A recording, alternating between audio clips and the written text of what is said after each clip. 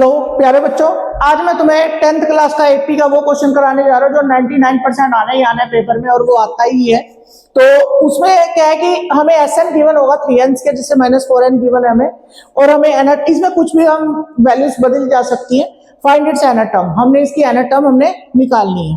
तो हम इसमें कैसे करेंगे, सबसे पहले हम n को नेचुरल नंबर हम पुट करेंगे। पहले हम n को सबसे पहले 1 पुट करेंगे, put n is equal to 1। जब हमने n को 1 पुट किया तो 3 इंटू 1 का square minus 4 into 1, 3 minus 4, then it is equal to -1।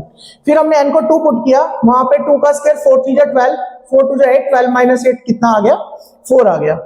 फिर हमने n की वैल्यू को 3 पुट किया, 3 पुट किया तो 3 इंटू 3 का square minus 4 into 3, 27 minus 12, then it is equal to 15। अब सीरीज कैसे बनेगी, ये हमने वैल्यूज आ गई, बट ये सीरीज नहीं आई है, ये हमारे पास सिर्फ टर्म्स आई है। तो अब हमने जब सीरीज बनानी है तो कैसे बनानी है, फर्स्ट टर्म तो सेम रहेगी, a1 और s1 -1 रहेगा, लेकिन जो a2 होगा वो क्या होगा, s2 में से s1 माइनस हो जाएगा। तो 4 में से -1 किया तो 5 आ गया।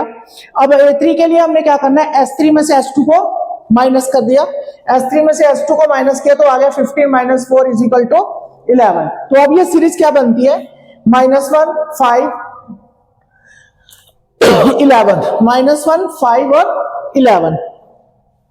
इसमें a की वैल्यू कितनी आ गई, -1, d की वैल्यू, इसमें से इसको माइनस किया, 5 minus -1, 5 + 1, d is equal to 6। अब हमारे पास एपी में मेन होता है a और d दोनों आ गए हमारे पास। तो अब a भी आ गया, d भी आ गया, an होता है a + n-1 इंटू d।